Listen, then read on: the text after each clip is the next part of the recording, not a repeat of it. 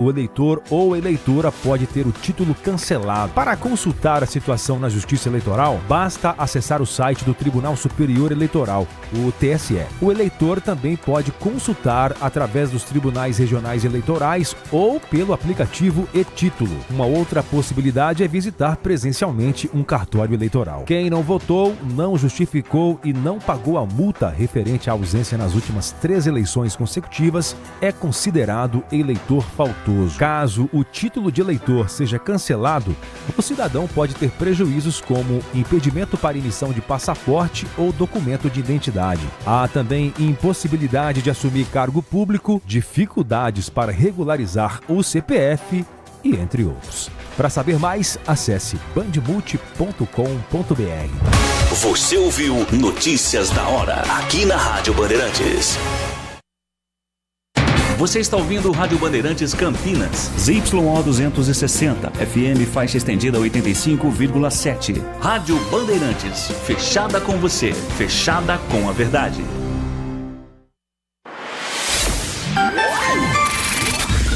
Manhã Bandeirantes. Oferecimento Recap, Sindicato dos Postos de Combustíveis de Campinas e Região. Acesse recap.org.br. E Família Gianni, da nossa família para sua família. 10 horas da manhã, 2 minutos. Muito bom dia, obrigado a você que começa a semana com muita informação e prestação de serviços nas ondas da Rádio Bandeirantes Campinas. Eu sou Heitor Fredo, agradeço a você que até agora ficou na companhia do Jornal Gente. Amanhã tem mais. 8 da manhã, aqui na RB, logo depois do Primeira Hora, também com transmissão simultânea na tela da Band News TV. E a partir de agora, o nosso Manhã Bandeirantes é quem está chegando para levar até você as principais notícias da região metropolitana de Campinas, os destaques do interior de São Paulo e a nossa equipe espalhada pelo Brasil e pelo mundo para você saber o que de mais importante acontece nesse dia 19 de maio de 2025. Estamos na penúltima semana do 5º mês de 2025. Ainda teremos na próxima semana o prazo final, por exemplo, para quem ainda não fez a declaração do imposto de renda. Teremos nesta semana muita coisa importante acontecendo na política brasileira, na política regional também. E o Manhã Bandeirantes te deixa por dentro de todos esses destaques a partir de agora e até às 11h30 da manhã, quando o Carlos Henrique traz as principais informações esportivas, repercutindo a rodada ruim de Campeonato Brasileiro da Série C para os times de Campinas. O empate com Floresta para o Guarani não aliviou a vida do Bugre, que permanece na zona de rebaixamento. E a Ponte Preta goleada em casa para o Brusque, perdendo a invencibilidade com aquele jogo que o torcedor não esperava e aquele sacode de um adversário que ainda vai crescer muito na competição e já chega à 3ª posição, a equipe que veio com a Ponte da Série B para a Série C. E comigo aqui nos nossos estúdios, você tem os trabalhos técnicos de Leandro Lopes na mesa de som e na central técnica, levando até você o som que você confere em FM 85.7, pelos aplicativos de celular como Band Play e também o nosso portal bandmulti.com.br e as imagens de quem está com a gente pelo nosso canal do YouTube, youtube.com/Rádio Bandeirantes Campinas. Uma das formas de você participar do nosso Manhã Bandeirantes é só se inscrever gratuitamente no nosso canal, que você pode participar do chat ao vivo e a gente lê a sua mensagem aqui ao vivo no Manhã Bandeirantes. Você também pode participar pelo nosso WhatsApp, liberado a partir de agora, 19 97102 1493. 19 97102 1493. Por esse número você pode mandar mensagem de texto, mensagem de áudio, comentário, uma análise, uma crítica, uma sugestão de pauta, um assunto que está diretamente ligado à sua vida, à vida de quem está nos acompanhando em Campinas e região e que pode também se transformar em destaque nessa edição do Manhã Bandeirantes, que começa orientando você, motorista que nos dá carona pelas ruas, avenidas e estradas que cortam o nosso interior de São Paulo, em um final de semana infelizmente marcado por muitos acidentes. Deixa eu começar trazendo a parcial do trânsito agora para quem está conosco pelo sistema da rodovia Dom Pedro I. O corredor Dom Pedro I já registra na manhã de hoje um alto fluxo de veículos no anel viário Magalhães Teixeira. A maior movimentação acontece a partir do trevo de Valinhos para o motorista que segue sentido Dom Pedro I. Mas também é registrada uma lentidão no quilômetro 6 para o motorista que está na pista contrária, saindo de Campinas, acessando a Anhanguera ou Bandeirantes através do anel viário. Há pouco, um acidente sem vítimas causou um represamento no trânsito que já voltou a fluir normalmente. Então, não há vítimas no acidente, mas o carro ainda no acostamento, com um guincho sendo utilizado para retirada, gera ali aquele momento mais tenso que o motorista freia para também saber se a sinalização está toda correta, e a curiosidade também tem o seu fator de lentidão. Mas agora o trânsito já flui melhor para quem está no corredor Dom Pedro I. O mesmo vale para o motorista que trafega na rodovia Santos Dumont. Nesse momento são boas as condições, tanto para quem está a caminho de Indaiatuba, quanto para quem está chegando a Campinas. Mas no final de semana, um acidente envolvendo 3 carros deixou um policial militar com ferimentos graves no trecho entre Campinas e Indaiatuba da rodovia Santos Dumont. Foi no quilômetro 69 que essa colisão aconteceu. Foi identificado que um veículo Nissan Kicks, transitava na pista sul quando um outro carro com placa de característica não anotada colidiu na traseira desse Kicks. Ele perde o controle da direção, cruza a rodovia pelo canteiro central e bate de frente com um Siena que estava na pista contrária e que não teve tempo o condutor de reagir. Motorista desse Siena, que vinha na mão certa e o carro que atravessou o atingiu em cheio, sofreu ferimentos graves. É o policial militar que transitava pela Santos Dumont e foi atendido e continua em observação no Hospital Mário Gatti. Outras 5 vítimas consideradas leves, 4 delas foram encaminhadas à unidade de pronto atendimento do bairro São José pelo resgate do Corpo de Bombeiros e uma outra vítima atendida na UPA Carlos Lourenço. Foi o SAMU quem fez esse atendimento. Os veículos foram retirados do local e ainda não há informações sobre a dinâmica desse veículo que fugiu do local do acidente. Se ele parou em algum posto depois, se ele sinalizou em um boletim de ocorrência que se envolveu nessa batida, mas a polícia já procura imagens das câmeras de monitoramento da Santos Dumont. Afinal de contas, provocar acidente e abandonar o local é crime pelo nosso Código Penal. Outro acidente que aconteceu também aqui na região, no começo da noite de ontem, um acidente grave envolvendo 7 vítimas no bairro Cidade Singer, rua Cérvulo Henrique Barreto. Segundo as primeiras informações, a colisão aconteceu numa área considerada muito escura, que inclusive já há reclamações dos moradores há um bom tempo, a falta de iluminação na cabeceira do aeroporto. Um veículo Corsa trafegava sentido bairro quando outro carro atingiu a lateral desse veículo. Ele sai do acostamento, no interior do carro tinham 4 pessoas, as 4 ficaram levemente feridas. No outro carro, 3 vítimas que tiveram ferimento considerado moderado. Isso a cerca de 500 metros do local do acidente da Santos Dumont. Então, acho que vale para as autoridades uma atenção especial para essa região em Campinas.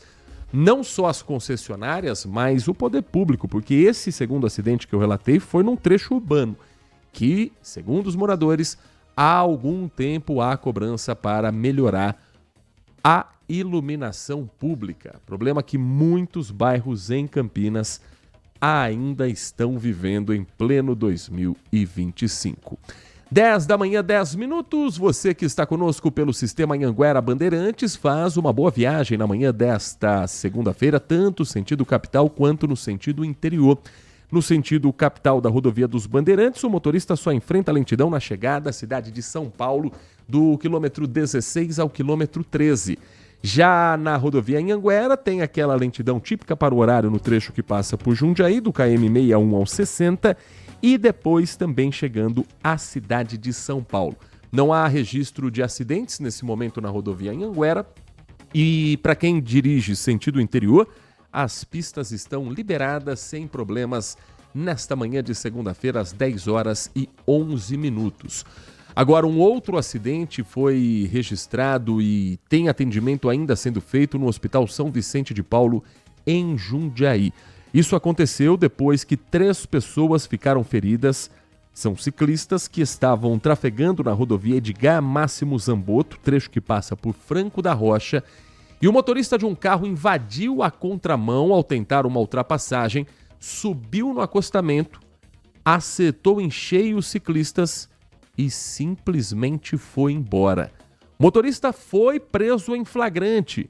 E quem conta os detalhes pra gente nesta edição do Manhã Bandeirantes sobre esse acidente, atualização do estado de saúde das vítimas e o que foi feito com o homem que provocou essa batida, é o repórter Guilherme Oliveira. Bom dia para você, Guilherme. Bom dia para você, para os colegas de bancada, para quem nos acompanha. Isso aconteceu em Cajamar, na Grande São Paulo, mas o motorista foi preso na cidade de São Paulo, na capital paulista. Bom, vamos contar o que aconteceu então. Um grupo de ciclistas estava trafegando na rodovia Máximo Zamboto, uma rodovia estadual ali na região de Cajamar, quando esse motorista embriagado avançou, invadiu a contramão e acabou atingindo 3 ciclistas. Dos 3, um em estado grave foi encaminhado para um hospital de Jundiaí, outros 2 em hospitais da cidade de Cajamar. Só que esse motorista embriagado não parou, muito pelo contrário, fugiu do local do acidente, só que conseguiram puxar a placa. Os próprios ciclistas que estavam por ali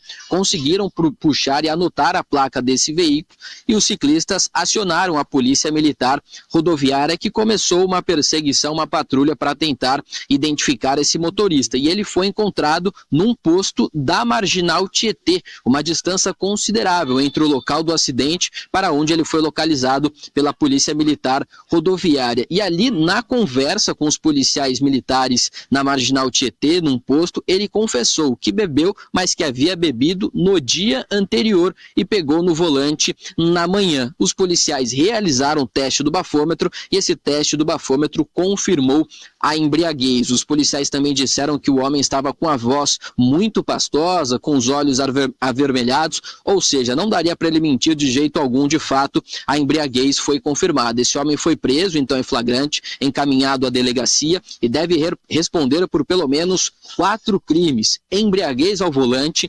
lesão corporal, omissão de socorro e fuga do local do acidente. Ali os policiais, ele disse que fugiu por medo de agressões por parte dos ciclistas, mas que decidiu fugir em razão disso. Agora vai ter que responder por pelo menos 4 crimes e a gente vai continuar acompanhando aqui o quadro de saúde dos 3 ciclistas que foram atingidos por esse homem, pessoal. Muito obrigado ao Guilherme Oliveira, contando pra gente, portanto, a atualização a respeito do acidente envolvendo um motorista, que agora se sabe porque fugiu do local do acidente, havia bebido, e os ciclistas que foram atropelados. Nossa força, nossa torcida pela pronta recuperação aos ciclistas que ainda estão sob atendimento médico na cidade de Jundiaí. Falando aqui do trânsito na cidade de Campinas, nesse momento, você se flagrar, inclusive, algum problema no trânsito da cidade, pode contar pra gente algum trecho que esteja numa obra não sinalizada ou que esteja com alguma confusão para o motorista. A princípio, tá tudo tranquilo na cidade. Os trechos com registro de lentidão agora são pontos tradicionais da região central, como, por exemplo, o excesso de veículos na rua Barão de Jaguara. A Francisco Glicério também com trânsito um pouco acima do normal para as 10h15, mas acho que ainda sobrou uma graninha do mês, ainda não estamos tão no fim do mês assim. O comércio de Campinas vendendo bem nesse mês de maio, viu? Não só pelo Dia das Mães, que já passou, mas por outras ocasiões, outras circunstâncias em que parece que o povo está voltando a frequentar o centro de Campinas. Isso é bom, isso é importante, isso é seguro, inclusive, para a cidade. mas tem que oferecer a segurança também e as condições para quem prefere as compras no centro de Campinas, principalmente na rua 13 de maio. Nesse final de semana, Campinas começou um projeto chamado de Operação Teste, para ampliar a fluidez no Jardim Santa Cândida. Então, foi realizado pela INDEC um estudo ali na região entre o Santa Cândida e o bairro Mansões Santo Antônio. Nos horários de pico, de manhã e à tarde, das 6 às 7h30 da manhã e depois das 4 da tarde às 7 da noite, uma área localizada na rua Luiz Otávio, bem em frente à CPFL, foi aberta para circulação de veículos. Os primeiros testes foram realizados na semana passada. O espaço estava fechado para a circulação de automóveis e a abertura do acesso para o trânsito é orientada pelos agentes da mobilidade urbana que fazem a canalização com cones e orientam os condutores de que sim, pode entrar ali porque é esse evento teste, essa operação teste para saber se de repente libera em definitivo esse retorno. É uma alternativa para distribuir o fluxo alto de veículos na região. Quem quiser, por exemplo, acessar a rodovia Miguel Burnier, pode usar esse retorno nos horários de pico. Os motoristas que vêm pela rua Jasmim já são direcionados para o acesso provisório, minimizando, portanto, o conflito de tráfego com os veículos de quem vem da rua Luiz Otávio. Os resultados iniciais desses testes, quinta e sexta-feira, apontaram para a INDEC melhorias na fluidez do trânsito nesse trecho. Então a INDEC vai manter a operação nesses próximos dias, mas repito, nos horários de pico. Se for adotada a abertura em definitivo, aí a área vai ter um trabalho de remoção, interferência do que estiver atrapalhando para ser retirado, pavimentação nova.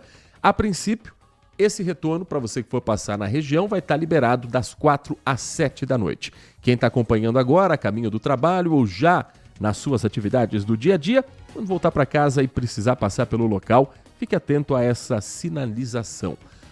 A outra situação de Campinas envolvendo o trânsito é em cruzamentos com um histórico não tão recente, mas com números de 2024 que fazem a prefeitura se preocupar com a sinalização por ali. A partir de quinta-feira agora, 2 pontos em Campinas vão ganhar videomonitoramento. É uma fiscalização do trânsito na região central. Os equipamentos estarão instalados no cruzamento da Avenida Senador Saraiva com a Benjamin Constant, aquele trecho que tem canteiro central, que muito motorista cruza da faixa da pista da esquerda para a pista da direita, porque quer passar ali próximo ao lado, porque o GPS mandou ir para um lado, ele está no outro. Isso gera muitos acidentes, mesmo que não com gravidade. E outro trecho é o cruzamento da Francisco Glicério com a Aquidaban. A repórter Graziele Geronde foi até esses locais, conversou com quem passa por ali todo dia e sabe da necessidade de algo ser feito. E ela também tirou algumas dúvidas com o Ayrton Martins, que é gerente da INDEC, e conta tudo para você na reportagem do Manhã Bandeirantes. O desrespeito à sinalização de trânsito é constante. Este veículo foi flagrado pelas câmeras de monitoramento fazendo uma mudança irregular de faixa e bateu contra um ônibus. Este outro estacionou em local proibido. Isso sem contar os inúmeros motoristas que insistem em trafegar nas faixas exclusivas. O Pedro trabalha em um comércio na esquina das avenidas Senador Saraiva e Benjamin Constant, no centro de Campinas, e já cansou de ver imprudências. Sim, a irregularidade ela é frequente aqui, tanto por parte de motoristas, como também por parte dos pedestres, que normalmente se vê todo dia aqui colisão, atropelamento, até com vítimas fatais já ocorreram aqui. Outro cruzamento que também vai ser monitorado é o da Avenida Francisco Glicério com a Aquidaban. De janeiro a abril deste ano, foram 4 acidentes neste cruzamento. No ano passado, no mesmo período, apenas um foi registrado. Já na esquina da Senador Saraiva com a Benjamin Constant, foram 6 acidentes neste ano contra 4 no ano passado.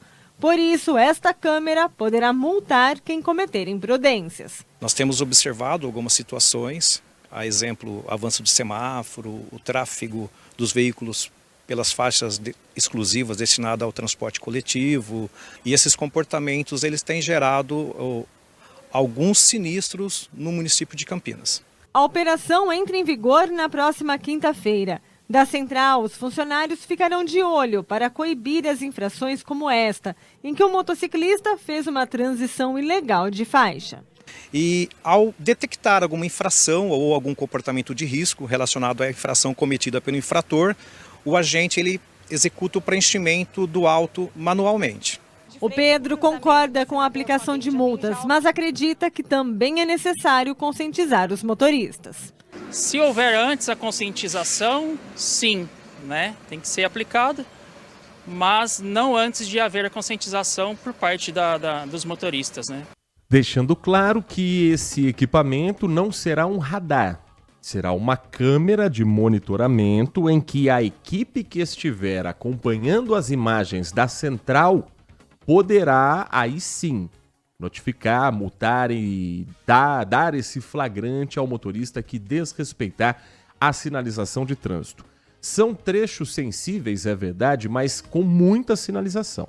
Então não dá para dizer que o motorista que troca de faixa naquele cruzamento, naquela virada, naquela curva da Senador Saraiva com a Benjamin Constant não sabe exatamente que é proibido, porque tem placa para tudo quanto é lado. A falta, talvez, de fiscalização faz com que ninguém vai ver, não tem amarelinho, mas agora o amarelinho estará à distância. O agente poderá trabalhar, mesmo da central, também fiscalizando os veículos. Entre janeiro e abril de 2025, foram 4.600 infrações de trânsito identificadas em Campinas. Amarelinho em home office, eu confesso que eu nunca tinha visto, mas é novidade. O importante é isso resultar em melhora no trânsito mais seguro de Campinas. Se vai funcionar na prática, a gente vai ver com o passar do tempo e vai contar para você aqui no Manhã Bandeirantes. Mas a partir de quinta-feira, essas câmeras já estarão em operação. 10 horas da manhã, 23 minutos. Teve um outro acidente que aconteceu em Campinas, mas esse diferente. Não foi Campinas, foi na região, em Hortolândia, no rodeio de Hortolândia, nesse final de semana. Para quem não acompanhou a informação, no portal bandmulti.com.br você tem imagens do momento em que um peão de 20 anos sofreu um acidente durante uma montaria na Arena da Festa do Peão, em Hortolândia. Imagens gravadas da arquibancada registraram o momento em que o jovem caiu da sela e ficou com a fivela da bota enroscada no arreio do touro.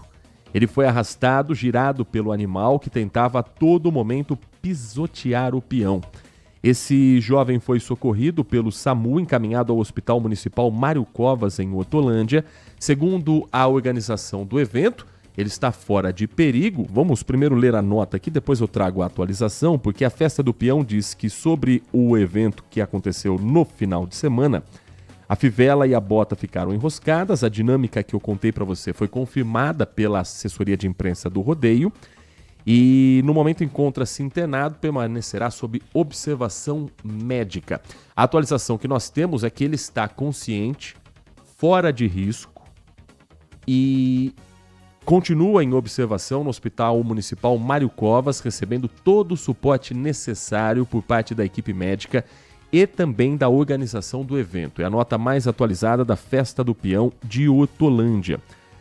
Uma testemunha contou, inclusive num depoimento, que viu o momento em que a fivela da botina do peão ficou presa no touro, que continuou a saltar pela arena, e isso deixou o ambiente extremamente tenso. Não impediu a sequência da festa, foi feito ali um momento de oração, mas a festa continuou na sequência com outros atletas na montaria, com shows e com as atividades que por ali seguiram. Nossa torcida pela recuperação também desse profissional das arenas da Festa do Peão de Hortolândia. 10h25, o Manhã Bandeirantes vai para um rápido intervalo. Na volta, a previsão do tempo para esta segunda-feira e o início dessa semana, as discussões na Câmara, o que tem feito os vereadores e o que vai ser discutido na sessão de hoje à noite no Legislativo Municipal. E uma semana em Brasília em que a aposta é ou vai ou racha. ou sai nessa semana a CPI do INSS, ou o governo vai conseguir ter uma vitória nos bastidores políticos. 10h25, o intervalo é rapidinho, na volta esses e outros assuntos para você aqui na RB. Manhã Bandeirantes. Agora, notícias da hora com as notícias locais, nacionais e internacionais, direto da redação da Rádio Bandeirantes.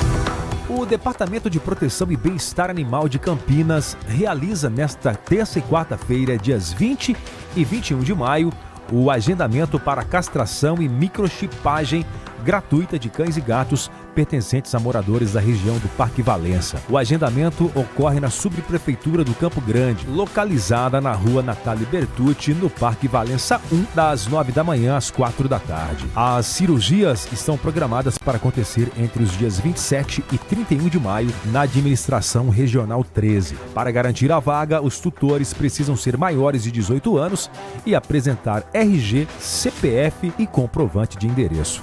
Somente os animais agendados com antecedência poderão passar pelo procedimento. Para ter mais informações, acesse bandmulti.com.br. Você ouviu Notícias da Hora, aqui na Rádio Bandeirantes. Consumidor, muitas vezes, a qualidade do combustível que você coloca no tanque do seu veículo pode ser tão diferente quanto o preço que você paga por ele. Por isso, procure abastecer em postos de sua confiança e exija sempre o cupom fiscal. É seu direito e a sua garantia. Recap, Sindicato dos Postos de Combustíveis de Campinas e Região. Acesse recap.org.br. Você já experimentou o minestrone do Gianni? É uma sopa italiana clássica com vegetais frescos e saborosos. Aqui, preparamos o seu prato com ingredientes cuidadosamente selecionados para que cada colherada seja um mergulho na tradição italiana. Agora no inverno, você pode saborear os deliciosos caldos e sopas acompanhados dos melhores vinhos da cidade. Ligue 19 3294 287 ou acesse nossas redes @Família Gianni. Da nossa família pra sua família, proporcionando bons momentos sempre. A novela que é sucesso em vários países do mundo está agora na tela da Band TV. Café com Aroma de Mulher. Uma história envolvente, onde o amor tenta superar as disputas, os preconceitos e os obstáculos. Café com Aroma de Mulher. De segunda a sexta, 8h30 da noite, na Band TV. De mulher. Manhã Bandeirantes. 10 da manhã, 28 minutos, 10 horas e 28. Obrigado a você que está chegando agora na Rádio Bandeirantes Campinas. Um grande abraço a você que está desde cedo na nossa programação e vai ficar muito bem informado ao longo do dia, muito bem informada nesta segunda-feira. E também se programar para uma semana com tantas viradas no tempo. A gente precisa saber se é uma semana para a gente se preparar para um calorão fora de época, para o frio que vem, faz uma graça, depois vai embora, se tem chuva, se não tem para essa semana. E quem vai contar tudo para você é a Nath Luquezzi, conosco aqui nos nossos estúdios da Rádio Bandeirantes. Bom dia para você, Bom dia, Nath. Heitor. Bom dia a todos os ouvintes da Rádio Bandeirantes. Pois é, a expectativa era que uma frente fria já chegasse aí por terça, quarta-feira. No entanto, o veranico predomina mais uma vez no estado. Já expliquei, vou explicar de novo. Veranico por conta das noites frias, madrugadas frias e manhãs frias.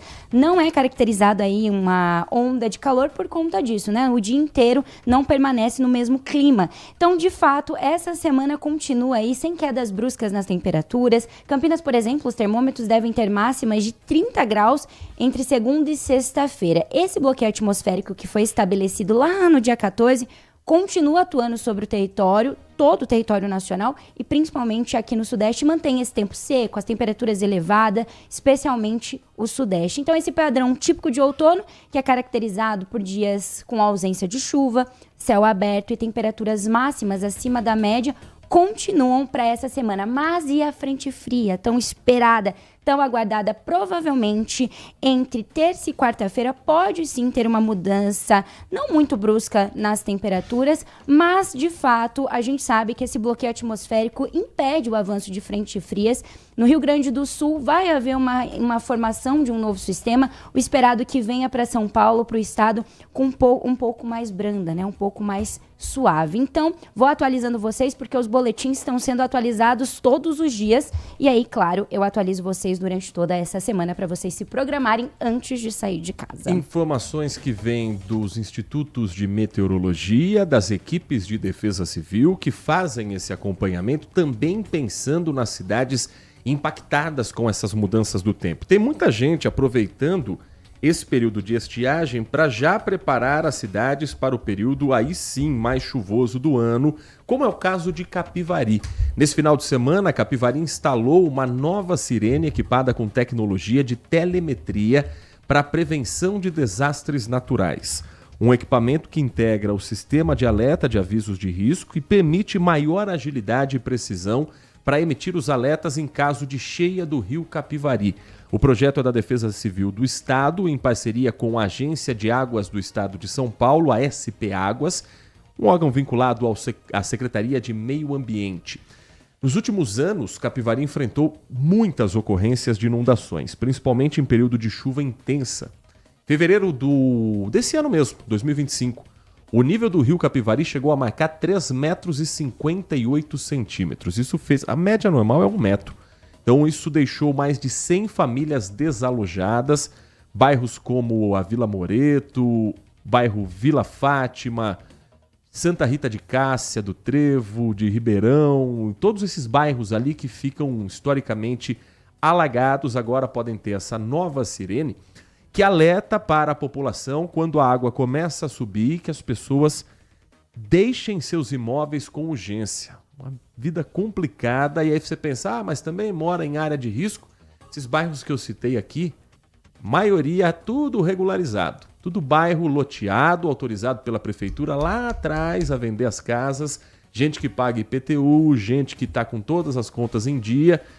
Mas por que não muda dali? É muito fácil dizer isso quando não é você que tem que pagar as contas do dia a dia. Então, a Prefeitura de Capivari, pelo menos com a sirene, promete alertar antes a população para não ter aquele problema de sobe o rio de uma vez, do nada, de uma hora para outra, sobe o rio e aí você perde os móveis que você já tinha comprado depois da última enchente.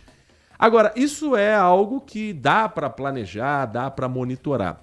Só que essas viradas de tempo, elas mexem muito também com o nosso corpo. E aí cada ser humano reage de uma forma. O problema aí passa a ser a superlotação de hospitais em função de doenças respiratórias, em função de gripe mais forte.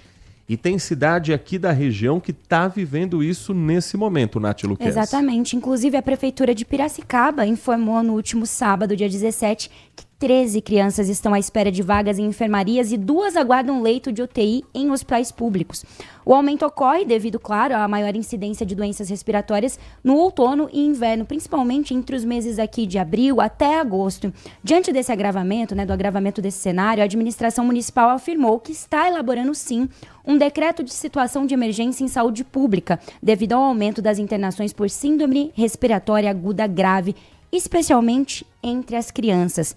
Segundo a Prefeitura, esse decreto permitirá uma resposta mais ágil, eficaz, além de servir também como um alerta para a população. O aumento de casos está relacionado à circulação de vírus que são comuns nessa mudança de tempo, de temperatura, contra a Covid-19, influenza e principalmente o vírus sincicial respiratório, que afeta com maior intensidade o público infantil. Sendo assim, a pedido da Secretaria de Saúde, os hospitais dos fornecedores de Cana e a Santa Casa de Piracicaba ampliaram de forma imediata a oferta de leitos para atendimentos desses casos. Então foram disponibilizados aí 17 novos leitos, exclusivo para crianças, distribuídos entre enfermarias, UTI pediátrica e também UTI neonatal. Então é um momento importante de prestar atenção aos cuidados, principalmente com as crianças, evitando contato assim com pessoas que apresentem sintomas gripais e não levando crianças pequenas a locais com aglomeração. Às 10 horas e 35 minutos, vamos começar a girar a participação do nosso ouvinte, quem está conosco pelo 19 971021493, nosso número do WhatsApp 971021493. Começando com os parabéns à cidade de Hortolândia, é o desejo do nosso ouvinte Marcos Silva Bedin. Hoje, Hortolândia completa 33 anos da emancipação política, fundada no 19 de maio de 1991, depois de um plebiscito em que a população optou por se separar de Sumaré. E como tem crescido Hortolândia, como tem se tornado uma referência na RMC de tantos assuntos. Então, os nossos parabéns à cidade de Hortolândia. 91 para 25 dá 34 anos, Heitor Fredo. 34 anos. Sou mais velho do que Hortolândia, Nath Luquezzi. Isso me assusta um pouco. Um pouquinho. Isso me assusta um pouco quando a gente começa a fazer as contas. Tranquilo. Tá tudo certo. Sou mais velho do que uma cidade tão importante quanto Hortolândia aqui na nossa região metropolitana. Então hoje, 34º aniversário da cidade e Hortolândia, portanto, com uma semana, inclusive, de vários eventos, com muita festa para a população da cidade. As mensagens de áudio que chegam, a gente também compartilha com o nosso ouvinte. Bom dia, Heitor. Bom dia. Enquanto as leis do trânsito for desse jeito, que cada juiz faz o que quer, né? Uns liberam o cara quando mata alguém, ou atropelado, que nem semana passada em Campinas, que o cara sem carteira, embriagado, atropelou e machucou o menino, que deve estar no hospital até agora, né? E ele saiu pela porta da frente. Enquanto isso acontecer, né, vai acontecer isso aí, que nem esse motorista agora lá de São Paulo que atropelou 3 ciclistas. Ele também tem razão de falar que podia ser agredido pelo ciclista, porque sabendo que a lei é desse jeito, os caras querem fazer a justiça com as próprias mãos, porque a lei, ela dá essa abertura, né, de deixar o cara livre, né, de tirar o cara da cadeia. Tem que ser preso, tem que ser como se fosse um crime hediondo, né? Bebeu, atropelou, cadeia, fugiu, cadeia, né? Porque senão vai ficar nisso aí, ó. Os caras atropelam, matam, sai bêbado e não dá nada, não acontece nada. E a gente que dirige certo, não bebe, tem tudo certinho, carteira, tudo, a gente paga pelos outros. É assim. Alexandre Centro. Um abraço, Heitor, uma ótima semana abençoada para você. Muito obrigado para você também, Alexandro. Eu sempre tenho a sensação de que os legisladores, os deputados, eles sempre pensam, eu vou fazer uma lei que amanhã pode me prejudicar, que amanhã eu posso ser pego nela. Não são raros os casos de políticos, de famosos, de empresários que são pegos no bafômetro ou que se envolvem em acidentes envolvendo álcool. Basta ver o número de gente pilotando Porsche, pilotando carros de luxo que estão aí nessas mesmas situações. Então, sempre me vem essa dúvida. Será que os nossos representantes estão legislando pelo que o país precisa ou com aquela lei que, opa, se eu fizer isso aqui cair... Mais mensagem de áudio chegando. Bom dia, Heitor. Tudo dia. bem? Certo. Bom dia para todos que estão ouvindo a rádio aí. Heitor, eu queria fazer uma pequena crítica, né? Diga. Sobre esse orçamento secreto aí, sabe? A turma tá falando tanto aí na imprensa e na mídia aí, falando tanto do roubo do INSS, né, dos aposentados aí, mas ninguém fala da roubalheira do orçamento secreto que tem lá com os deputados lá. Esse foi o maior rombo, na minha opinião. O maior rombo da história do Brasil. Esse orçamento secreto, os deputados distribuindo dinheiro, né, para as cidades, para os estados, e esse dinheiro não chega não vai para onde deveria ir. Então isso aí foi uma roubalheira daquelas que não tem tamanho. E ninguém fala nada, a imprensa quieta, ninguém fala nada, essa imprensa golpista também que não fala nada desse orçamento secreto, fica quieta, né? Não expõe para a população. E é isso aí, né? Complicado, muito complicado mesmo. Tá bom, Heitor. Tudo de bom pra você aí. Muito obrigado ao Cícero, nosso ouvinte. O orçamento secreto agora é o seguinte. O orçamento secreto é um termo que a gente se acostumou a ouvir ainda durante o governo Bolsonaro, que foi considerado inconstitucional pelo Supremo Tribunal Federal em 2022. Era um modelo em que havia repasse do recurso, o deputado, o senador, colocava no orçamento para onde ele queria que fosse parte do dinheiro e ninguém sabia de onde vinha essa proposta. Então isso foi considerado uma falta completa de transparência. O presidente Lula, candidato em 2022, levantava muito tom de voz dizendo que era um absurdo, um escárnio que você fez com orçamento secreto, isso, aquilo, outro. Pois bem, o governo federal instituiu um novo modelo de repasse de recursos na área da saúde. E os especialistas estão fazendo uma comparação com o que era o orçamento secreto. A medida prevê destinar 3 bilhões de reais a pedidos de prefeitos por meio do Ministério da Saúde, com indicações políticas indiretas feitas por parlamentares aliados, mas sem a identificação dos autores das demandas. Isso foge das emendas parlamentares tradicionais, então não é igual ao orçamento secreto, só é muito parecido. E centraliza o processo em lideranças partidárias e técnicos internos do Ministério, um modelo que privilegia a confidencialidade. O governo argumenta que está atendendo às demandas municipais com mais agilidade, embora sem divulgar quem indicou cada destinação. Cada deputado federal poderá indicar até 5 milhões de reais. Os senadores terão um limite de 18 milhões de reais. Os valores vão ser distribuídos por pedidos realizados por prefeitos via sistema digital do Ministério da Saúde. Só que os nomes dos parlamentares que sugerem os repasses não aparecem nos processos, o que impede o rastreio direto das indicações. Lideranças partidárias na Câmara e no Senado centralizam o envio da lista ao governo e ali é feita a demanda e o dinheiro é distribuído. E de onde vem o termo, de novo, orçamento secreto? Justamente dessa falta de transparência, que era algo que o governo atual dizia ser um absurdo, uma falta de respeito com o dinheiro público, mas parece ir para o mesmo caminho em uma área tão sensível quanto a área da saúde. O que fica de lição nesse momento é que não importa qual governo está de plantão, primeiro ele vai ter que negociar com um Congresso que faz questão de deixar claro internamente em Brasília que é ele quem manda na parada, mas que para o público prefere ser discreto.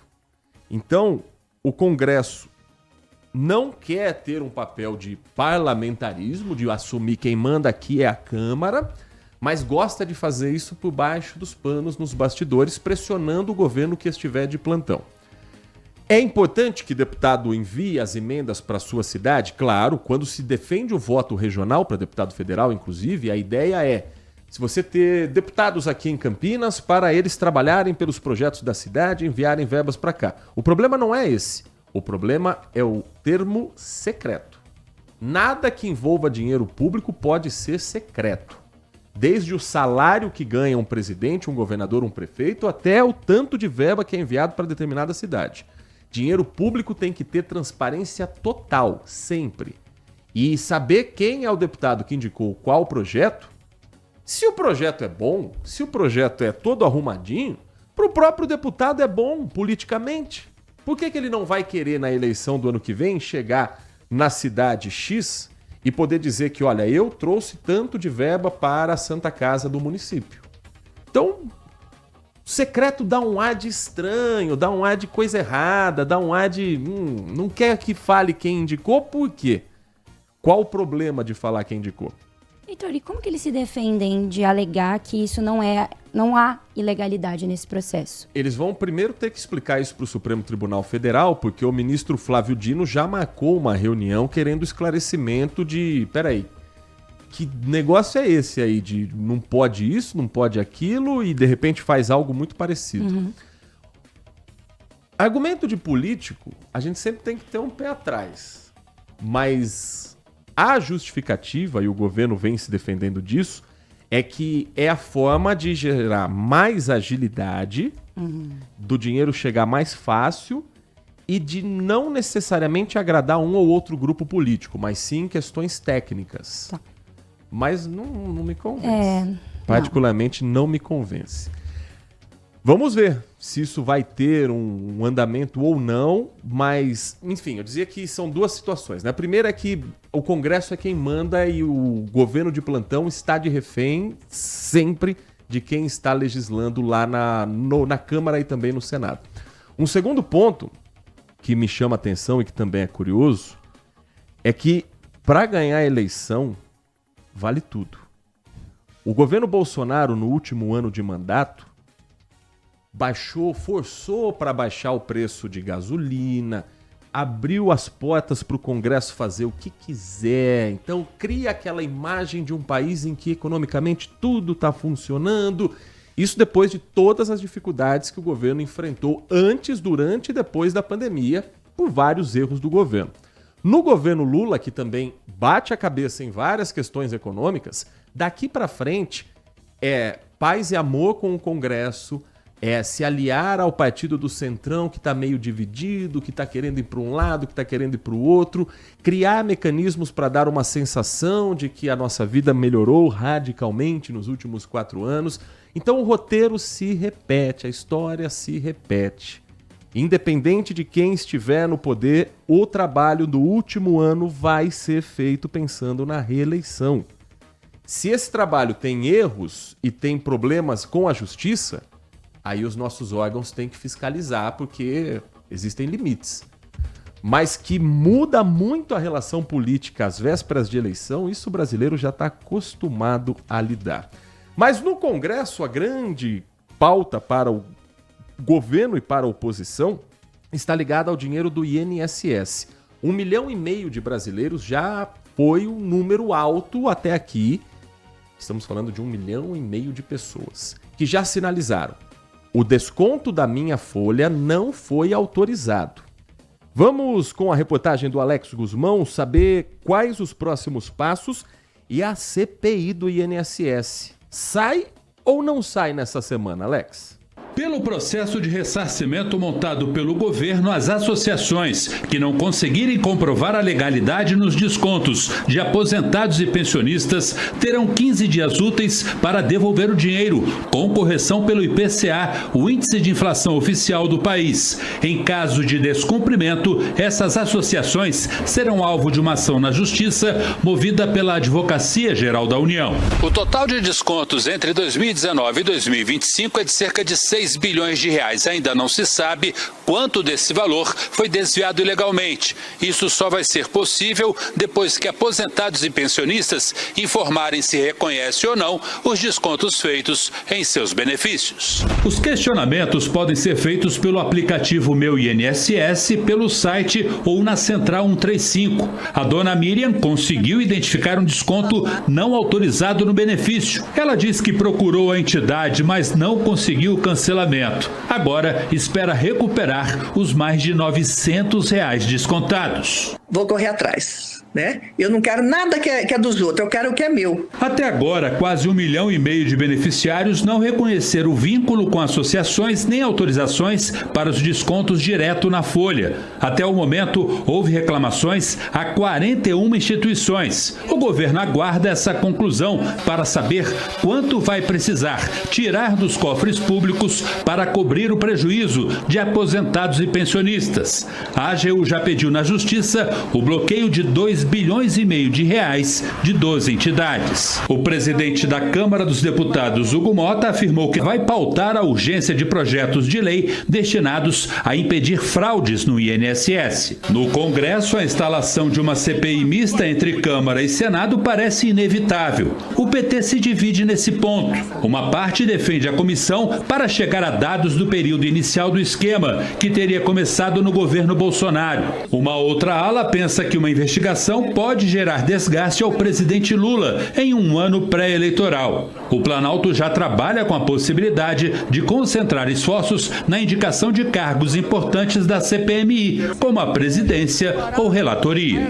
E na oposição também não tem unanimidade quanto à abertura da CPI a partir do momento em que se pode abrir os cofres e a caixa preta e chegar ao início do golpe, que foi durante o governo Bolsonaro. Então você tem parlamentares que estão preocupados em não desgastar a imagem do governo num ano pré-eleitoral, do outro, deputados que querem atacar o atual governo, mas frear a CPI para que ela não investigue do governo Lula para trás, para não chegar no governo Bolsonaro, e no meio um monte de gente brigando por esses caras e que às vezes teve desconto, ou que o pai teve desconto, ou que a mãe teve desconto, e que está comprando as pautas deles em Brasília sem entender que no meio é que está o povo sofrendo com o assunto.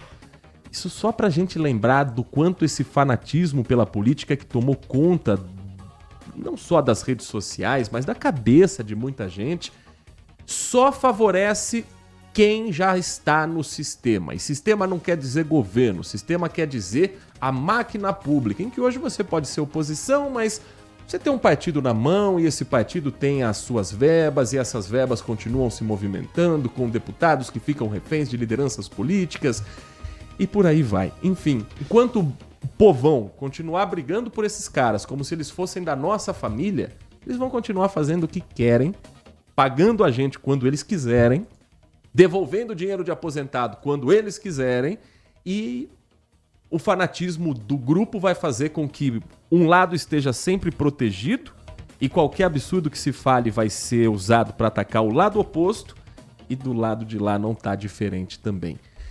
10h51, mas vai passar, viu, Nath? Eu espero que passe. Passar. Uma hora vai passar. Uma hora vai, tudo passa. Voltando à nossa realidade no Brasil nosso de cada dia, aqui em Campinas, nessa semana, tem um projeto importante para quem tem algum problema com direito do consumidor, quem tiver alguma reclamação com loja, com problemas ligados a compras e vendas de produtos, que não necessariamente puder ir ao PROCON presencialmente. É um PROCON fora do local? Como é que funciona isso? É um plantão do PROCON que vai acontecer em Campinas? Exatamente, é um plantão, é mais uma edição desse plantão aqui em 2025. Ele vai ocorrer na próxima quarta-feira, então dia 21, já se programa dia 21 de maio, essa quarta-feira, no Centro de Integração da Cidadania Vida Nova. O atendimento então vai ocorrer das 10 da manhã até as 3 horas da tarde, precisa ser agendado, tá? Então já anota o telefone DDD 19 3226 6161 ou também pelo outro telefone 3226-6889. O SIC fica na rua Odete Terezinha Santucci Otaviano, número 92, no Conjunto Habitacional Vida Nova. Todos os meses o PROCON Campinas ele leva esse atendimento ao SIC Vida Nova, onde os consumidores podem manifestar interesse no atendimento no local em datas futuras, tendo sempre como contato esses telefones que eu citei acima. Se for registrado o aumento significativo pelos atendimentos, a presença desse espaço poderá ser ampliada a outros bairros. O posto do Vida Nova oferece todos os serviços disponíveis pelo órgão, então, orientações sobre os direitos do consumidor, registro de reclamações e denúncias, aberturas de processo e também entrega de material educativo sobre consumo consciente. Aí vale lembrar que tem uma unidade fixa de referência também para quem precisar de atendimento em uma outra data, não sendo nessa data do dia 21, é o PROCON da unidade Ouro Verde do Agiliza Campinas, que funciona normalmente de segunda a sexta-feira, das 8 da manhã até as 4 da tarde. O ouvinte conosco, Edmilson, final do telefone 9884. Bom dia para você, Edmilson, uma ótima semana. Ele diz, só uma observação, e as pessoas que realmente realizaram o empréstimo junto a essas financeiras e agora vão alegar que foram lesadas, como isso será provado que realmente fez o empréstimo e está agindo de má fé? Então seria no caso oposto, né, da pessoa não ter o direito a receber de volta e querer entrar com esse recurso. É por isso, Edmilson, que o INSS coloca esse prazo de 15 dias para a associação, para o sindicato, responder se houve ou não autorização daquele aposentado. Se a documentação tiver em dia, se tiver a assinatura do aposentado, com a consciência de que ele estava solicitando um empréstimo que teria o desconto na folha de pagamento, fica elas por elas, porque não é todo mundo que teve o desconto que caiu em golpe. O problema é o desconto não autorizado. Então, por isso, esse prazo de 15 dias para a empresa sinalizar que não. Esse caso aqui não tem nada a ver. Se a associação é séria, se o sindicato é sério, ele tem toda essa documentação e a tentativa de dar um golpe neles cai por terra também. Isso aí, se tiver tudo bem documentado, é questão de, dentro desse prazo de 15 dias, a história já ser encerrada. E aí, o aposentado ou pensionista que tentou entrar nessa onda, se ele recebeu uma recusa e ainda assim insistir no assunto, aí ele é muito cara de pau, né? Aí pode se judicializar a história também, mas eu acho que o normal é que a pessoa joga o verde, autorizei, não sabia, depois ela vai embora e fica elas por elas. E sobre a CPI, ele acredita que ela é mais prejudicial para Lula do que para Bolsonaro.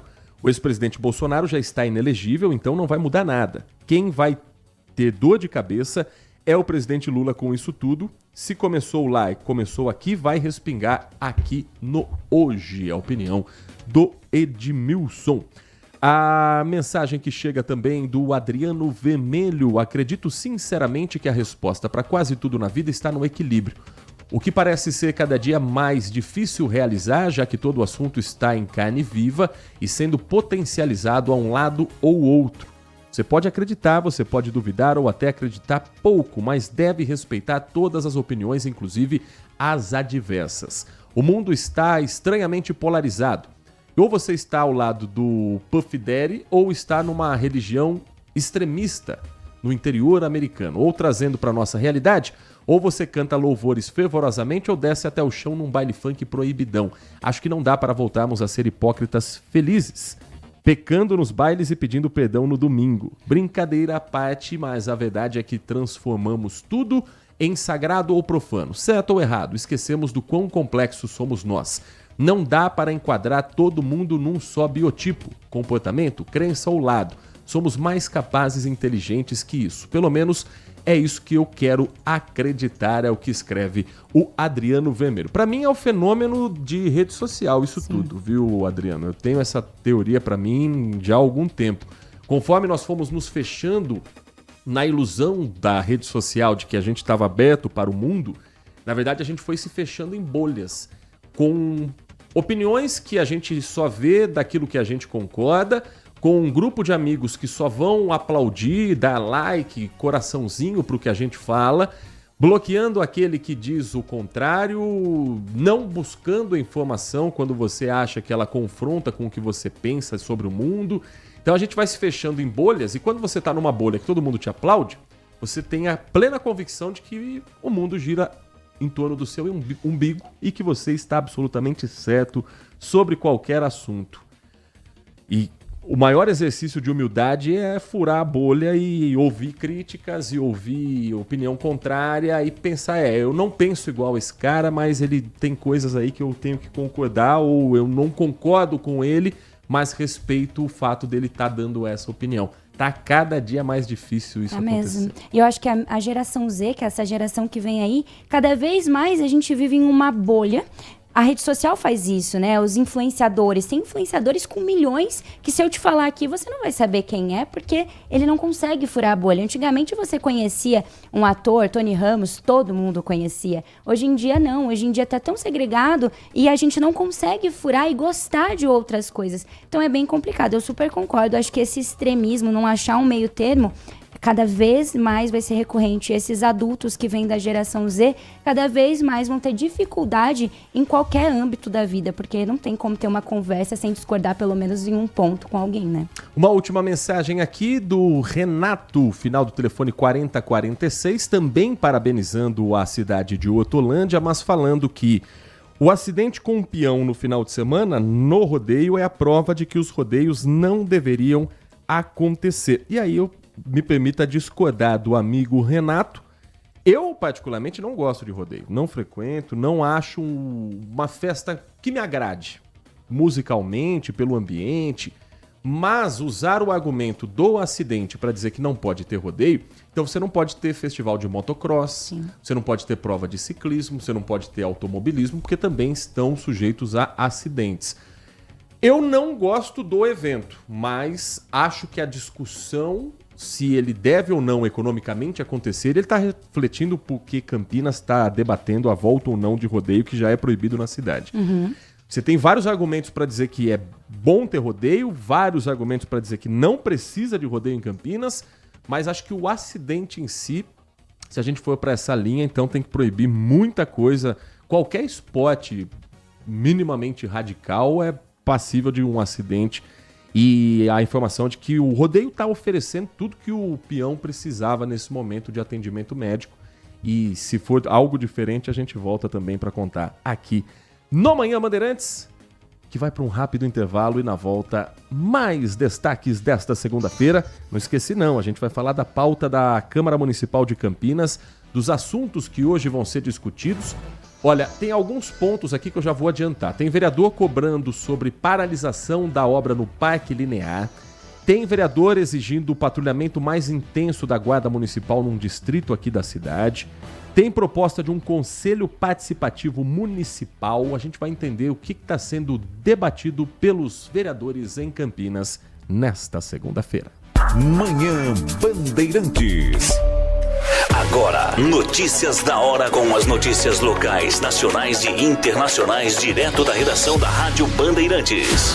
Depois do anúncio do primeiro caso de gripe aviária em uma granja comercial brasileira, alguns países que importam carne de frango suspenderam temporariamente a compra do produto. O caso foi identificado pelo Ministério da Agricultura e Pecuária na última semana, no Rio Grande do Sul, e apesar do impacto negativo internacionalmente, a queda de importações pode beneficiar o bolso do brasileiro. Isso porque o caso de gripe aviária no Brasil pode afetar até 20% das exportações de frango e com a maior oferta do produto no Brasil, a expectativa é de que os preços caiam, mesmo que por pouco tempo. Segundo o governo, os bloqueios devem acontecer em 1 ou 2 meses. Conforme o Ministério da Agricultura, a doença não é transmitida através do consumo de carnes e ovos. A suspensão de compra por parte de outros países, na verdade, se baseia no risco de contaminação de aves vivas de outros países, o que, segundo o governo federal, é raro. Para saber mais, acesse bandmulti.com.br.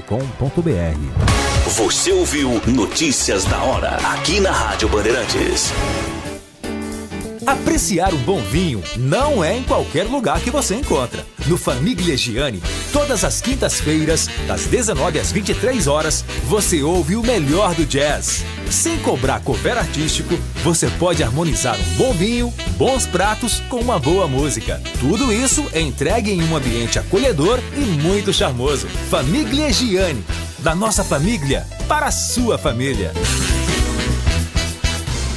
Nossa área, a opinião dos nossos craques sobre tudo de Guarani e Ponte Preta e dos times da região. Carlos Henrique, a melhor e mais premiada equipe esportiva do interior paulista. De segunda a sexta, das 11h30 ao meio-dia. Siga e assista no nosso YouTube, Rádio Bandeirantes Campinas. Ouça no FM 85,7 e nos aplicativos de celular. Rádio Bandeirantes, fechada com você, fechada com a verdade.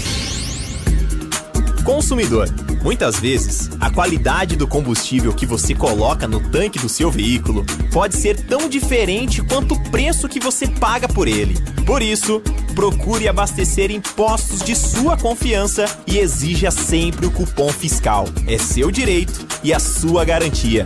Recap, Sindicato dos Postos de Combustíveis de Campinas e Região. Acesse recap.org.br. Band Cidade com Walter Sena, um programa que traz notícias importantes sobre os acontecimentos diários das cidades da região, de segunda a sexta a partir das 6:50 da noite, na Band+. Manhã Bandeirantes. 11 da manhã, 4 minutos. Hoje, segunda-feira, 19 de maio de 2025, é o último dia para quem não está em dia com a Justiça Eleitoral regularizar a situação do título de eleitor, pensando não apenas na eleição do ano que vem, mas no que representa você estar em atraso com a Justiça Eleitoral. Entenda, não é necessariamente quem não votou, é quem não votou, não justificou e não demonstrou muito interesse em acertar a sua situação com algo tão importante. Ah, mas eu não pretendo votar no ano que vem. Tudo bem, mas sem título de eleitor você pode ter outros problemas. E o Vitor Massuolo é quem conta pra gente como é que tá esse último dia de regularização do título e o que pode ser feito nesta segunda-feira, Vitor. Bom dia, você, eleitor, pode baixar o e-título no seu celular ou ir ao cartório mais perto da sua casa. E termina hoje, como você bem destacou, o prazo para regularizar o título. Quem não votou, não justificou a ausência ou não pagou a multa. Se caso as pendências não sejam regularizadas, o título de eleitor é cancelado. E sem um título de eleitor válido, o cidadão enfrenta restrições como não poder renovar o passaporte, receber remuneração de cargo público, participar de concurso público e também renovar a matrícula em instituição pública de ensino. Portanto, quem não votou nas últimas eleições, não justificou, tem até hoje. A movimentação deve seguir ao longo do dia, as pessoas já no aguardo. Lembrando também, você que tem alguma pendência, é importante separar o RG, CPF, o título de eleitor, levar os documentos pessoais para o cartório mais perto da sua casa e correr, porque vai até hoje. Eu volto aos estúdios. Muito obrigado, Vitor. Nath Luquezzi, vamos então com calma, um passo a passo. Quanto é que custa essa brincadeira? Quanto é que vai arder no bolso? E a importância de regularizar o título de eleitor. Mesmo que você não tenha interesse no ano que vem, não gosto desses candidatos, é um documento importante. E como é que a gente deve fazer o passo a passo? Realmente fica esse ponto de interrogação, mas é simples. Para ter a situação normalizada, o eleitor deve pagar uma multa de R$ 3,51 por turno que não votou e não justificou. É possível também emitir a guia de pagamento pelo site do TRE ou pelo aplicativo e-título, pagando por Gru, Pix ou cartão de crédito, essas 3 modalidades.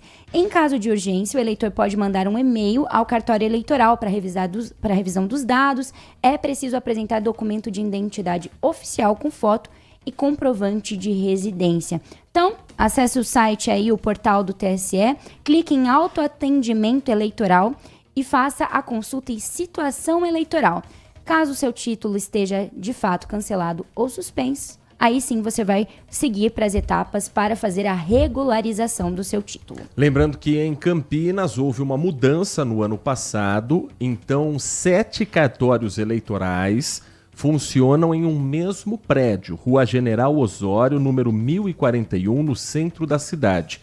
Ali estão as zonas eleitorais de número 33, a zona 274, 275, 378, 379, 380 e a 423.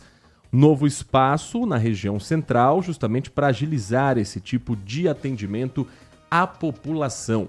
Começou a funcionar em novembro, projeto de centralizar justamente, não só em Campinas, né? Fizeram mesmo em Bragança Paulista, fizeram em Americana, em Piracicaba, para não ficar dúvida e ser aquele empurra, aquele ping-pong. Não, seu cartório não é aqui, seu cartório é em outro bairro.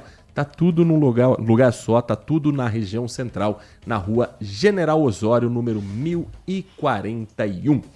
Às 11h08, a reportagem do Manhã Bandeirantes aciona agora a Lucimeire Ramalho por conta de uma operação da Polícia Federal no combate aos chamados piratas do asfalto.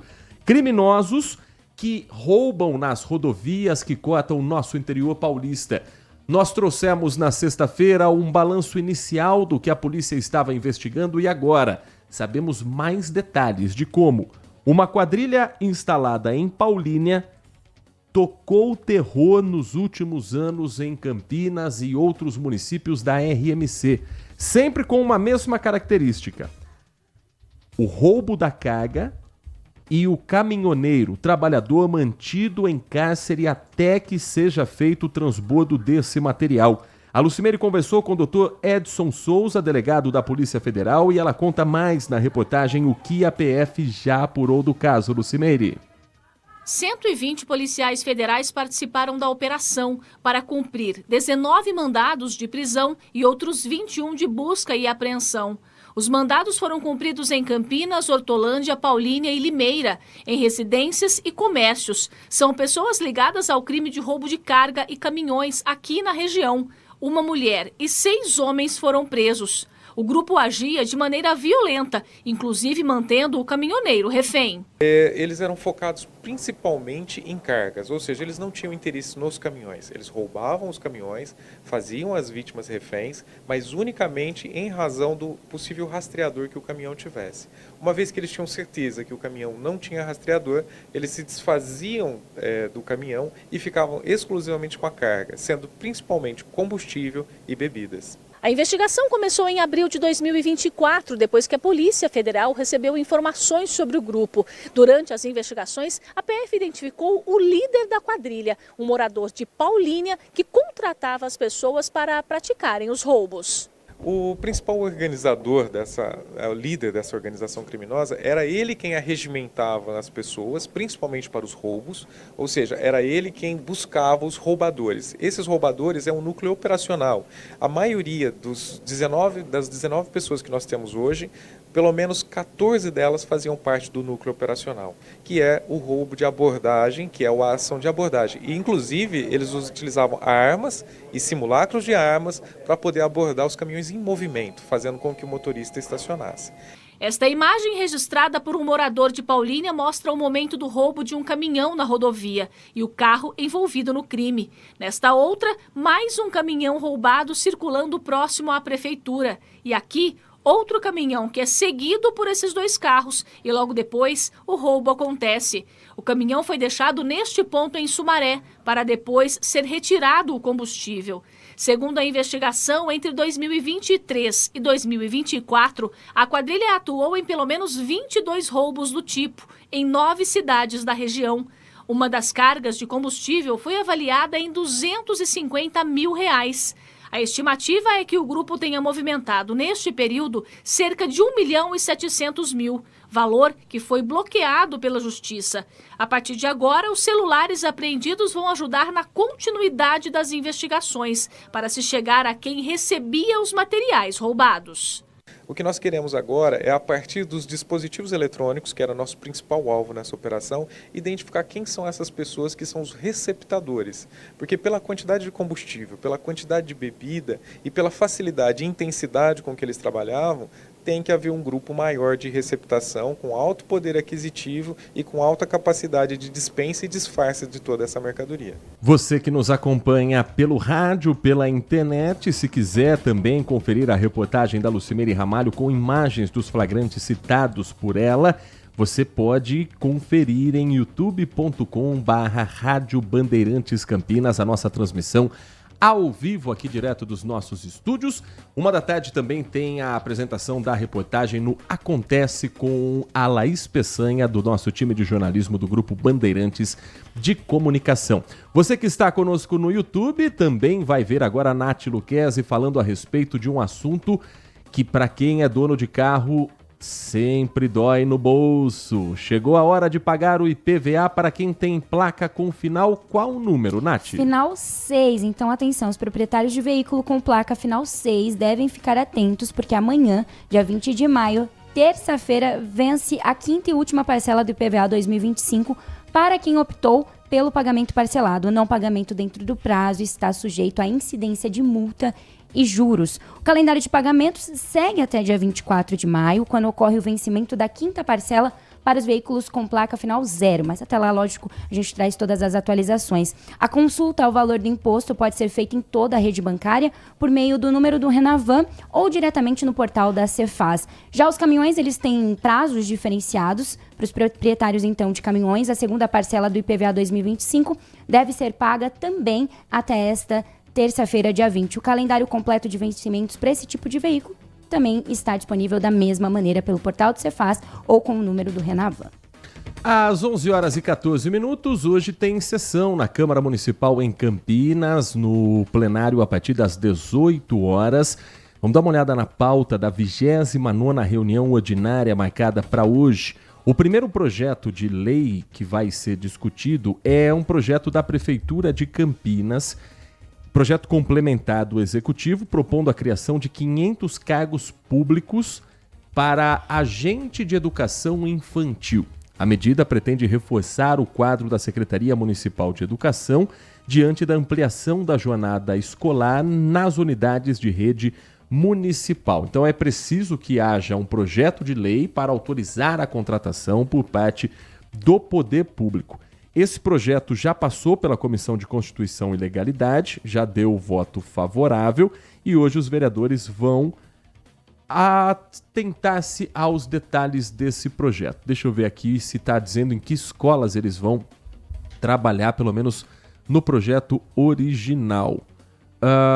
Ficam criados 500 cargos públicos para agente de educação infantil, que passam a integrar o grupo D do quadro geral de cargos da lei. A lei é de 2007. Os cargos se referem ao artigo 1º. Não detalha aqui exatamente para onde vão esses profissionais da área de educação. Segundo o projeto, incluído na pauta em regime de urgência, também é do prefeito municipal, que altera uma lei de 2007 dispondo sobre o plano de cargas, carreiras e vencimentos da Guarda Municipal em Campinas. Também passou pela Comissão de Constituição e Legalidade. O que muda aqui? Fica alterado o que valia em 2007. A altura mínima de 1,60 m para homens e 1,55 m para mulheres. Então, o projeto de lei dispõe sobre o plano de cargos de carreira, projeto de lei complementar. Eu estou tentando entender se eles querem tirar isso da lei ou acrescentar isso na lei. Exame de deliberação dispõe a presente... Nossa, aquele juridiquês bacana. Então, a presente proposição visa adequar a legislação municipal aos critérios dos candidatos que ingressam na Guarda Municipal de Campinas com a decisão do Supremo Tribunal Federal. Considerou válida a exigência de altura mínima para ingresso na Guarda Municipal prevista em lei na cidade de São Bernardo do Campo. O tribunal, no entanto, reduziu a altura mínima de 1,60 para 1,55 para mulheres e de 1,70 para 1,60 para homens, adequando o requisito local aos parâmetros para o ingresso no Exército. O caso teve origem em ação direta de inconstitucionalidade proposta pelo Ministério Público numa lei municipal lá de São Bernardo do Campo. O ministro Luiz Fux, que era o relator, destacou que, de acordo com o entendimento do STF, é legítima e razoável a exigência de altura mínima para ingresso em determinados cargos de carreira ligado à segurança pública. Então isso vai ser discutido hoje. Se para a contratação de novos guardas vai ter a exigência de altura mínima para homens, 1,60, para mulheres, 1,55. 2 projetos do prefeito, tá? Os 2 assuntos que mais vão movimentar a casa são projetos do Executivo que vão para o Legislativo. Depois tem os outros assuntos com denominação de via pública, denominação de parque, título disso, título daquilo. Mas não só na sessão o vereador trabalha, tá? O vereador também trabalha com outras proposições, com cobranças, com requerimentos. Vamos a alguns desses últimos dias aqui na cidade. O vereador Wagner Romão, do PT, protocolou um requerimento solicitando informações à Prefeitura sobre a paralisação das obras do Parque Linear do Jardim Bassoli. A iniciativa atende a uma crescente insatisfação dos moradores, que denunciam o abandono do espaço e ausência de qualquer atividade recente no canteiro de obras. O vereador do PT diz que, uma vez constatada a paralisação da obra, acompanhou com representantes do Conselho Municipal de Defesa do Meio Ambiente e moradores do bairro e que ali verificou que a área que vai abrigar um parque com mais de 116 mil metros quadrados está sendo usada como pastagem, acumula resíduos sem qualquer sinal de continuidade nas obras iniciadas em 2023. A vereadora Débora Palermo, do PL, ela solicitou para a Câmara Municipal uma indicação para que a Prefeitura verifique a imediata intensificação do patrulhamento da Guarda Municipal no distrito de Souzas. A vereadora disse que os moradores e os frequentadores do distrito reclamam da falta de policiamento na região, trazendo insegurança e insatisfação a todos. Por isso, pedimos urgência no patrulhamento da Guarda Municipal em Souzas. Solicitação seguiu para análise, deverá implementar o patrulhamento o mais rápido possível. Você sabe que a única vez que eu fui furtado na rua foi em Souzas, né? Sério? Como repórter, inclusive. Não acredito. E não foi nem um furto direto, foi um furto ao veículo. A gente foi fazer uma reportagem ali na Praça Beira Rio, o evento que tem todo ano de limpeza, Reviva Atibaia, acho que é o nome do evento. Paramos o carro, eu e o cinegrafista Beto Furtado, daqui a pouco a gente volta. Na época, os aparelhos de GPS eram a grande moda. Então, a gente tomava um cuidado muito grande de tirar o aparelho na hora de sair. Igual eu, não sei se ainda faz, mas quando você tem o rádio do carro, que você tinha que tirar a cabeça do carro, tirar a frente do tape para guardar, para o ladrão não levar. Mesma coisa com GPS. Só que ficou o suporte. Então, o ladrão sacou que se tem suporte, tem GPS. O cara arrancou o miolo do carro, da porta do motorista, abriu a porta, levou o GPS... Levou outras coisas pessoais. Foi a única vez que eu fui furtado na vida. Foi lá no distrito de Souzas. Então não é de hoje que o reforço de patrulhamento é fundamental por ali. E um último requerimento é um projeto de lei protocolado pela vereadora Guida Calisto, que propõe a criação do Conselho Participativo Municipal. Proposta vê uma insatisfação consultiva e propositiva com atuação regionalizada voltada ao acompanhamento da gestão pública. Segundo o projeto, o Conselho Participativo será implantado em cada subprefeitura e administração regional de Campinas. 7 membros seriam colocados nesse novo conselho, 4 eleitos diretamente pela comunidade, 1 indicado pelo Poder Executivo, 2 representantes das regionais da respectiva subprefeitura. Um mandato de 2 anos com possibilidade de uma recondução. Se não tiver dinheiro público envolvido, eu acho interessante, mas aí vem a dúvida, para que servem os vereadores se eles são eleitos justamente para fiscalizar os bairros em que eles são eleitos na cidade. Às 11h21, Nath Luquezzi, me diga uma coisa. Nós temos aqui informações sobre diversos assuntos que marcam esta segunda-feira. Você falou agora há pouco a respeito do IPVA, mas nós contamos aqui sobre um teste clínico que está sendo realizado nesses últimos dias e há possibilidade de uma nova vacina contra a Covid-19 chegar ao público. Sim, porque os estudos não param depois de decretado o fim da pandemia. A Covid-19 ainda é uma doença que não tem cura, mas tem vacina de proteção.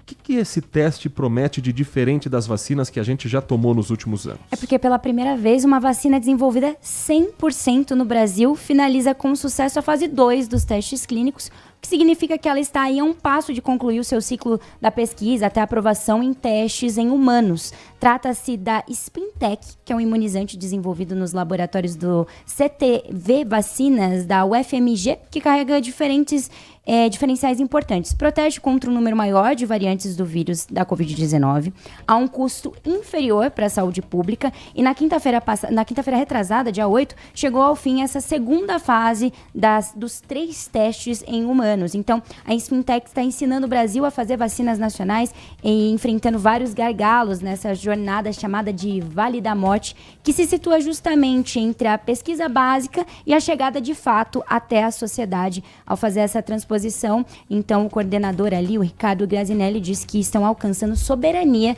na inovação dessas vacinas.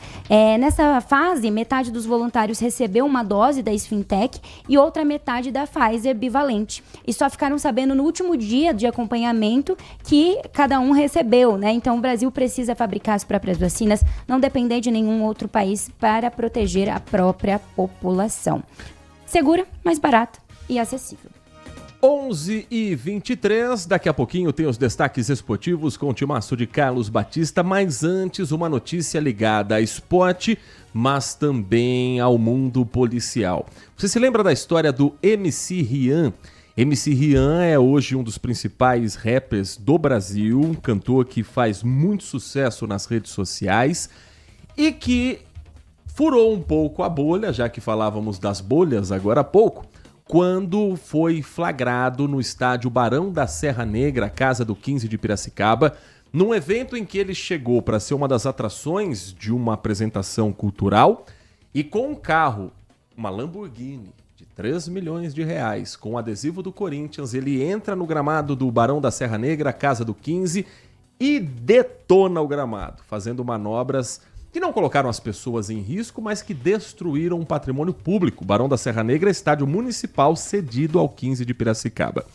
Pois bem, deu no bolso. Começou a obra da reforma do estádio Barão da Serra Negra, financiada pelo cantor, que se desculpou, colocou a camisa do 15, não vai medir esforços para pagar essa conta e tem as informações na reportagem do Igor Val para você no Manhã Bandeirantes. O gramado do estádio vai ser totalmente reformado após o MC Rian fazer manobras com uma Lamborghini antes de um show e danificar o campo. O custo da reparação é de R$ 948 mil e o funkeiro já transferiu o valor aos cofres do clube. Em nota, a defesa do artista se diz feliz em entregar um novo campo à torcida do 15 de Piracicaba e à população piracicabana.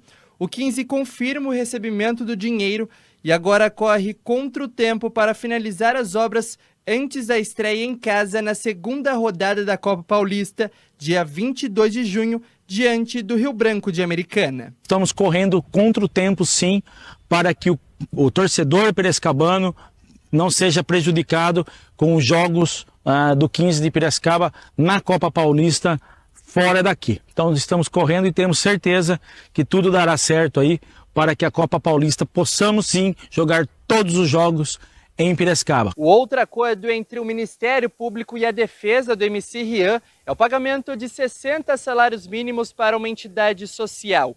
O funkeiro também tem que comunicar à justiça em caso de mudança de endereço, telefone e e-mail, além de não ser processado por outro crime. As duas partes aguardam a audiência para homologar essa negociação. Esse acordo elimina a necessidade de pagamento da fiança de R$ 1 milhão que tinha sido suspensa. A defesa do artista também solicitou judicialmente a liberação da Lamborghini, avaliada em R$ 3 milhões, que continua apreendida. O veículo foi utilizado pelo cantor para fazer as manobras dentro do gramado. 11h26, MC Rian tá sempre em destaque nas polêmicas também no Band Mulher, hein, Nath? Pois é, olha, o nome dele não sai da boca do povo, mas hoje no Band Mulher não vamos falar dele não, pelo amor de Deus. Hoje vamos falar sobre arritmia e também a importância do marketing das redes sociais, de ter um trabalho voltado para as redes sociais também para médicos, dentistas, pessoal da área da saúde. Quem não é visto não é lembrado. E hoje em dia as redes sociais são um bom palco para também os profissionais da área da saúde. A gente vai conversar sobre isso. Claro, todas as fofocas eu vou atualizar vocês, porque finalzão de semana foi brabo, viu? 1h30 da tarde, Nath Luquezzi e Lari Lopes esperam você no Band Mulher, na tela da Band Mais TV. E amanhã, 10 da manhã, estamos de volta aqui, Nath. Com certeza, até amanhã. Com os trabalhos técnicos de Leandro Lopes na mesa de som e na central técnica, nas merecidas férias de Danilo Capucci, com a coordenação de Gil Kleber. Vem aí o Nossa Área, o noticiário esportivo do Brasil e do mundo, com o timaço de Carlos Batista. Um grande abraço para você e continue na RB.